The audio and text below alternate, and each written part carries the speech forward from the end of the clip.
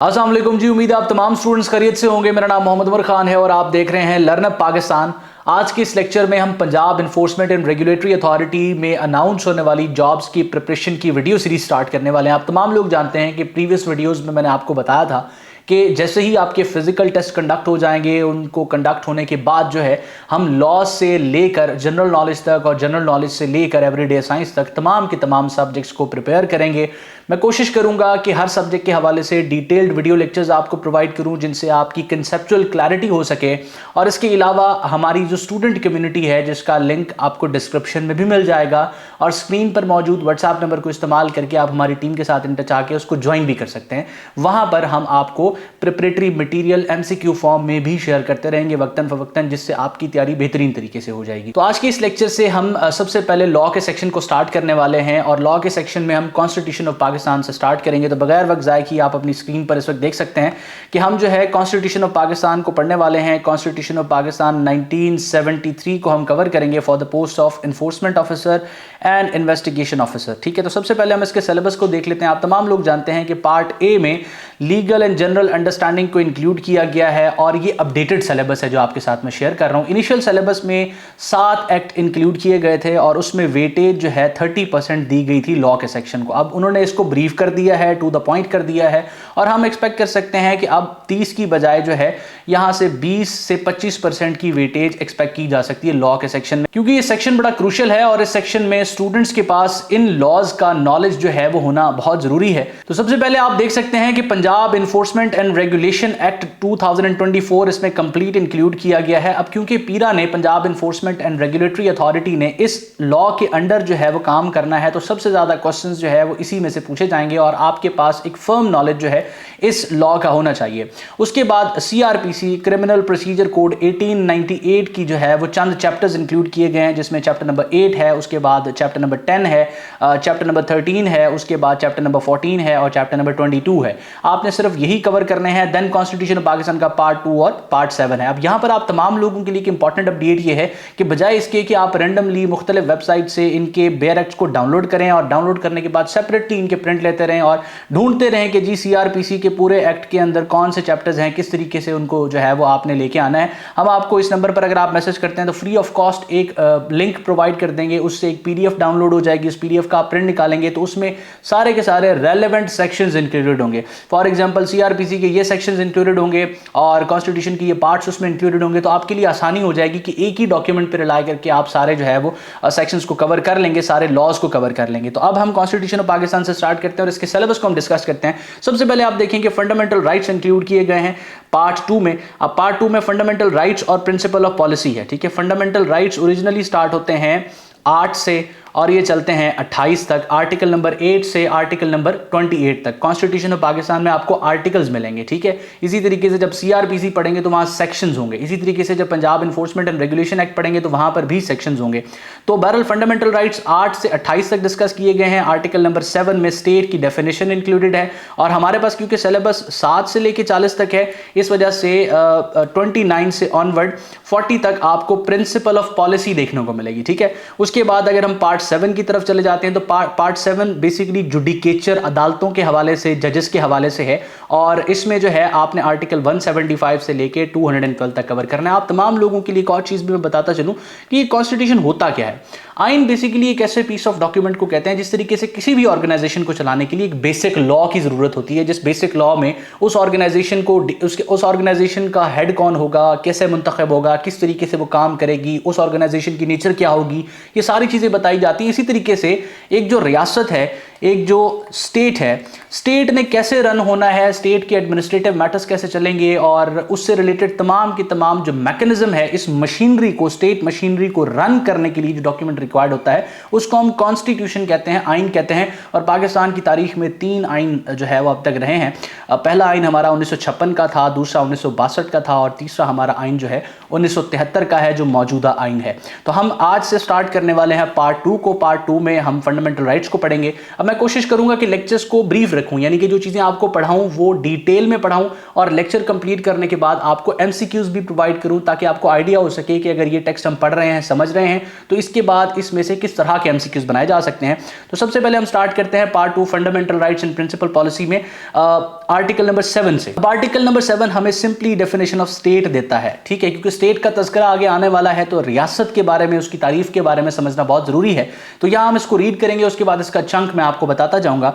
In this part unless the context otherwise requires, वो कहता है इस पूरे हिस्से में, इस पूरे हिस्से से मुराद कि इस पूरे पार्ट में जहां पर भी स्टेट की डेफिनेशन होगी, जहां पर स्टेट का लफ्ज आएगा, उससे मुराद ये वाली बात होगी जो आगे हम करने वाले हैं। अगर कॉन्टेक्स्ट में कोई और बात की जा रही है, स्टेट से मुराद कोई और है, तो हम वो कॉन्टेक्स्ट प्रिवेल करेगा। अदरवाइज जनरली पूरे पार्ट में रियासत की डेफिनेशन में ये इंक्लूडेड होगा। वो कहता है the state means federal government. तो सबसे पहले स्टेट में क्या आ गया? Federal government. उसके बाद मजलिस शूरा एंड पार्लियामेंट। दूसरे नंबर पर हमारे पास मजलिस शूरा एंड पार्लियामेंट आ गया।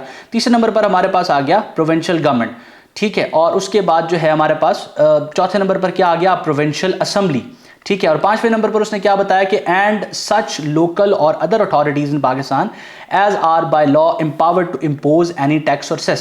तो इसका क्या मतलब हो गया कि वो अथॉरिटी जो टैक्स या सेस इंपोज कर सकती है पांचवें नंबर पर, वो भी रियासत की डेफिनेशन में आ गई। तो स्टेट की डेफिनेशन में सबसे पहले फेडरल गवर्नमेंट इंक्लूड हो गई, फिर मजलिस शूरा पार्लियामेंट इंक्लूड हो गया। पार्लियामेंट आप तमाम लोग जानते हैं कि कानून साज इदारा है, इसके दो हाउसेज हैं। इसके अपर हाउस को हम सेनेट कहते हैं, इसके लोअर हाउस को हम नेशनल असेंबली कहते हैं। तो उसको भी रियासत की डेफिनेशन में इंक्लूड कर दिया गया। उसके बाद जो प्रोविंशियल गवर्नमेंट है उसको भी रियासत की डेफिनेशन में इंक्लूड कर दिया गया। और इसके बाद जो प्रोविंशियल असेंबली, सूबाई असेंबली है, उसको भी रियासत की डेफिनेशन में इंक्लूड कर दिया गया। और इसके अलावा तमाम की तमाम अथॉरिटीज जो टैक्स इंपोज कर सकती हैं, सेस इंपोज कर सकती हैं, सेस भी एक किस्म का टैक्स ही होता है, तो उनको जो है वो हम स्टेट की डेफिनेशन में लेंगे। तो ये रियासत की डेफिनेशन हो गई। उसके बाद हमारे फंडामेंटल राइट्स फॉर्मली आर्टिकल 8 से स्टार्ट होते हैं। आर्टिकल 8 से ऑनवर्ड हम फंडामेंटल राइट्स, बुनियादी हुकूक को पढ़ते हैं। अब आपने ये दो टर्म सुनी होंगी, एक ह्यूमन राइट्स और एक फंडामेंटल राइट्स। ये दोनों एक दूसरे से डिफरेंट हैं।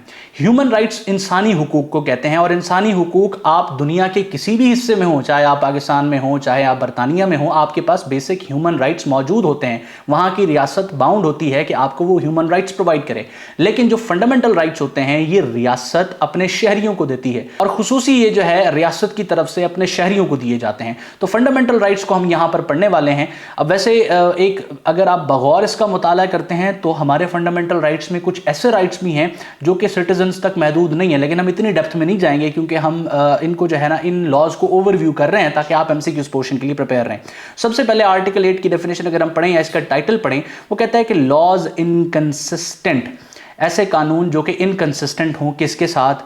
विद और इन डेरोगेशन ऑफ फंडामेंटल राइट्स, ठीक है, बुनियादी हुकूकों के इनकंसिस्टेंट हो या उनसे इन डेरोगेशन हो, उसके ऑपोजिट हो, वो क्या होंगे? टू बी वॉइड, वो वॉइड तस्वर होंगे, नल एंड वॉइड तस्वर होंगे। अब हम पढ़ते हैं इसकी क्लॉज 1 को, आर्टिकल 8 क्लॉज 1। जब सेक्शन पढ़ेंगे तो सेक्शन 8 सब सेक्शन 1, ठीक है। आर्टिकल 8 क्लॉज 1 में हम पढ़ेंगे कि any law or any custom or usages having the force of law. वो कहता है कि कोई भी कानून या कोई भी रिवाज, रस्म और रिवाज जिसके पास कानून की ताकत हो, in so far as it is inconsistent with the rights conferred by this chapter shall to the extent of such inconsistency be void। वो कहता है कि ऐसा कोई भी कानून या ऐसी रस्म और रिवाज जिसके पास कानून की ताकत हो, अगर वो फंडामेंटल राइट्स के अगेंस्ट है, तो जिस हद तक वो फंडामेंटल राइट्स के अगेंस्ट है वो उस हद तक वाइड होगा, वो नहीं माना जाएगा, उसकी कोई वक़्त नहीं होगी। अब मैं एग्जाम्पल देता हूं कि एक कानून है और एक कानून का नाम है जी AB, ठीक है। अब इसमें ये जो सेक्शन है इसमें 1 और 2 और 3, ये 3 सेक्शंस हैं, 3 पार्ट्स हैं।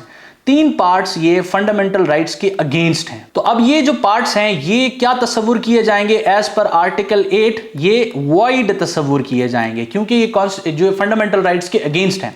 और 4 और 5 फंडामेंटल राइट्स के अगेंस्ट नहीं है। तो इस AB लॉ के अंदर जो है ये 4 और 5 का जो सेक्शन है, ये जो हिस्सा है, जो पार्ट्स हैं, ये वैलिड तस्वुर किए जाएंगे। तो अब यहां से आपने ये चीज अंडरस्टैंड कर ली और यही आर्टिकल 8 का क्रक्स है। उसके बाद हम आर्टिकल 8 सब क्लॉज 2 की तरफ जाते हैं। द स्टेट शेल, अब यहां रियासत को डिक्टेट किया जा रहा है किसकी तरफ से? आईन पाकिस्तान की तरफ से। The state shall not make any law, रियासत किसी भी किस्म का ऐसा कानून नहीं बनाएगी विच टेक्स अवे, जो कि ले लेता हो, और एब्रिजेस the rights so conferred and any law made in contravention to this clause shall to the extent of such contravention be void। तो अब यहां पर क्या बात की गई, जिस तरीके से हमारी क्लॉज 1 में बात की गई थी कि कोई भी मौजूदा कानून या कोई भी कस्टम या जो है वो यूजेज अगर फंडामेंटल राइट्स के अगेंस्ट है तो वो वाइड है। अब यहां रियासत को फ्यूचर के लिए तलकीन की जा रही है कि रियासत कोई भी ऐसा कानून नहीं बनाएगी जो फंडामेंटल राइट्स के अगेंस्ट हो, और अगर वो ऐसा कानून बनाती है जो इस क्लॉज के यानी कि इस क्लॉज की मुनाफी में बनाती है,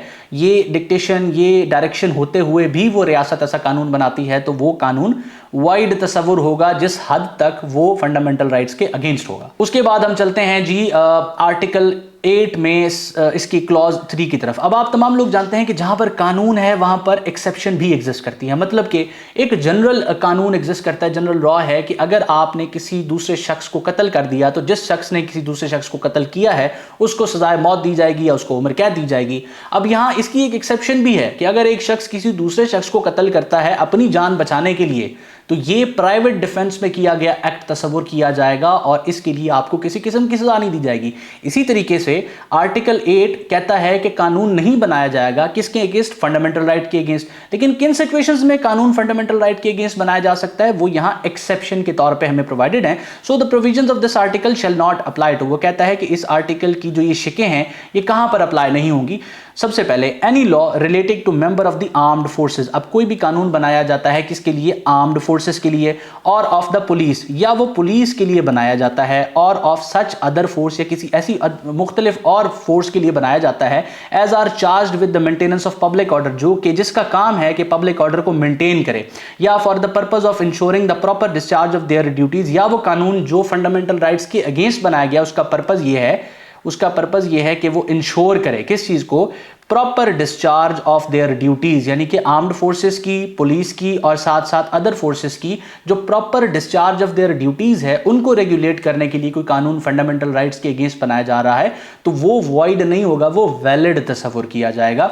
ये आर्टिकल 8 में है। अब जो इसकी हमें क्लॉज इंपॉर्टेंट होगी एग्जामिनेशन पर्सपेक्टिव से, हम उसी को पढ़ने वाले हैं, बाकी चीजों को हम नहीं पढ़ेंगे। इसके बाद आर्टिकल 8 की क्लॉज 5 की तरफ आप आ जाएंगे। The rights conferred by this chapter shall not be suspended except as expressly provided by the constitution. वो कह रहा है कि ये जो भी राइट्स आपको यहां पर दिए गए हैं, ये कोई भी अथॉरिटी ये जो है ना उसके पास पावर नहीं है कि इनको सस्पेंड कर सके, इनको सस्पेंड नहीं किया जा सकता। लेकिन इनको सस्पेंड करने का तरीका उसने आगे जो है वो क्लॉज के अंदर ही बता दिया है कि अगर except as expressly provided by the constitution, तो अगर आईने पाकिस्तान ने एक्सप्रेसली बता दिया है कि इस सर्कमस्टांसेस में, इन सिचुएशंस में इन राइट्स को आप सस्पेंड कर सकते हैं, उनसे हट के ना तो किसी और सर्कमस्टांस में इन राइट्स को जो है वो सस्पेंड किया जा सकता है और ना ही कोई अथॉरिटी जो है वो इनको सस्पेंड कर सकती है। तो ये फंडामेंटल राइट्स आईन पाकिस्तान में लिखा हुआ है कि in the state of emergency suspend किए जा सकते हैं रियासत की तरफ से, तो उससे हट के इन फंडामेंटल राइट्स को सस्पेंड नहीं किया जा सकता। यह है जी हमारा आर्टिकल 8। उसके बाद हम आर्टिकल 9 की तरफ पढ़ते हैं जो कि है सिक्योरिटी ऑफ पर्सन। अब ये भी काफी इंपॉर्टेंट आर्टिकल है, बड़ा छोटा सा आर्टिकल है। वो कहता है कि no person shall be deprived of life और liberty save in accordance with law. Deprived का मतलब महरूम करना होता है। वो कहता है किसी भी शख्स को शेल मैंडेटरी प्रोविजन है, बी डिप्राइव्ड ऑफ लाइफ, जिंदगी से महरूम नहीं किया जाएगा और आज़ादी से महरूम नहीं किया जाएगा। ये एक फंडामेंटल राइट है कि किसी भी शख्स को उसकी आज़ादी से महरूम ना किया जाए। वो जहां पर लॉफुली मूव करना चाहता है उसको मूव करने दिया जाए और ना ही जो है ना उसकी जिंदगी को कोई नुकसान पहुंचाया जाए, उसकी लाइफ की और उसकी लिबर्टी की उसके पास एक आज़ादी मौजूद है। अच्छा, अब ये लाइफ और लिबर्टी आप कब ले सकते हैं, ये भी इस आपको प्रोविजन ने एक्सप्लेन कर दिया है कि save in accordance with law. For example किसी ने दूसरे शख्स का कत्ल कर दिया है और वो कहता है आर्टिकल 9 एग्जिस्ट करता है, आप तो मेरी जान ले ही नहीं सकते। तो यहां पर आर्टिकल 9 ने अगेन एक्सप्लेन कर दिया है कि कानून के मुताबिक आप किसी की जिंदगी भी ले सकते हैं, यानी कि उसको सजाए मौत के लिए एग्जीक्यूट कर रहे हैं, और उसकी आज़ादी भी ले सकते हैं अगर आप उसको उम्र कैद दे रहे हैं, 2 साल की कैद दे रहे हैं, 1 साल की कैद दे रहे हैं, तो यहां पर आप ये चीज कर सकते हैं। ये आपको सिक्योरिटी ऑफ पर्सन में आर्टिकल 9 ने बता दिया। अब ये हमने आर्टिकल्स पढ़े, अब मैं आपको एक और इंपॉर्टेंट चीज इसी जो है वो चैप्टर के अंदर बताता हूं, इसी लेक्चर के अंदर बताता हूं कि हम सबसे पहले आर्टिकल्स को पढ़ेंगे, फिर हम उससे रिलेटेड क्वेश्चंस को सॉल्व कर लेंगे। और ये क्वेश्चन सिर्फ और सिर्फ आपको आइडिया प्रोवाइड करने के लिए, इससे आप अपने आप को जज भी कर सकते हैं। सो हमारा पहला सवाल है कि according to article 7 of the constitution of Pakistan which of the following is not included in the definition of state. मैं मैं कोशिश करूंगा आगे से जो लेक्चर्स होंगे उसमें ये जवाब आपके साथ नहीं शेयर करूंगा ताकि आप इसको क्विज के तौर पर ट्रीट कर सकें। फॉर द टाइम बिंग हमें पता है कि फेडरल गवर्नमेंट रियासत की डेफिनेशन में इंक्लूडेड है, मजलिस शूरा पार्लियामेंट भी रियासत की डेफिनेशन में इंक्लूडेड है, और प्रोविंशियल गवर्नमेंट भी रियासत की डेफिनेशन में इंक्लूडेड है। तो रियासत की डेफिनेशन में प्राइवेट ऑर्गेनाइजेशंस को जो है वो इंक्लूड नहीं किया गया, इस वजह से इसका दुरुस्त जवाब ये है। उसके बाद question number 2, as per article 8 of the constitution of Pakistan, what is the legal status of any law that is inconsistent with the fundamental rights enshrined in the constitution.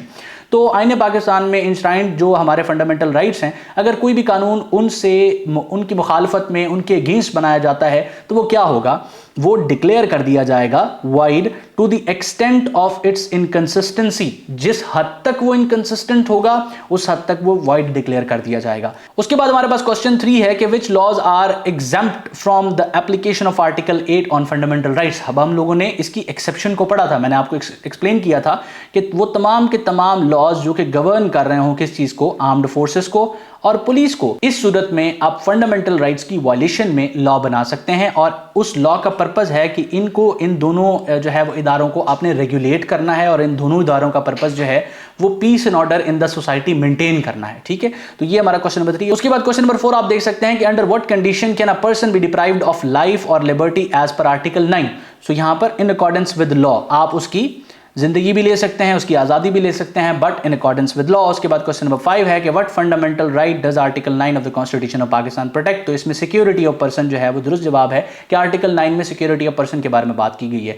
अब मैं कोशिश करूंगा कि एक तो लेक्चर्स फ्रीक्वेंटली आपके साथ शेयर किए जाएं, दूसरा मैं कोशिश करूंगा कि इन लेक्चर्स में चीज़ों को आप मुझे बताएंगे कि हम इससे ज़्यादा स्टफ कवर करें या इससे कम स्टफ कवर करें, उस अकॉर्डिंग फिर जो है, वैसे मेरे मुताबिक ये दुरुस्त है अगर हम जो है वो 3 से 4-5 आर्टिकल्स डिपेंडिंग ऑन द जो है ना उसकी कंप्लेक्सिटी हम उसको कवर करते जाएं। मैं कोशिश करूंगा कि फ्रीक्वेंटली आपके साथ लेक्चर्स शेयर किए जाएं। आपने कोशिश करनी है कि सारे लेक्चर्स देखने हैं, उसके बाद आपके जहन में कोई सवाल होता है कमेंट सेक्शन में पूछें, स्क्रीन पर मौजूद व्हाट्सएप नंबर को इस्तेमाल करके पूछें, और कोशिश करें लर्नअप पाकिस्तान को सब्सक्राइब करें ताकि इस कम्युनिटी के साथ आप इन टच रहें और ये सारी की सारी वीडियोस हम आपके साथ बर वक्त शेयर कर सकें। अल्लाह आपका हामी नासिर, हमेशा आप तमाम स्टूडेंट्स की कामयाबी के लिए दुआ गो। उमर खान और उसकी टीम, अल्लाह हाफिज़।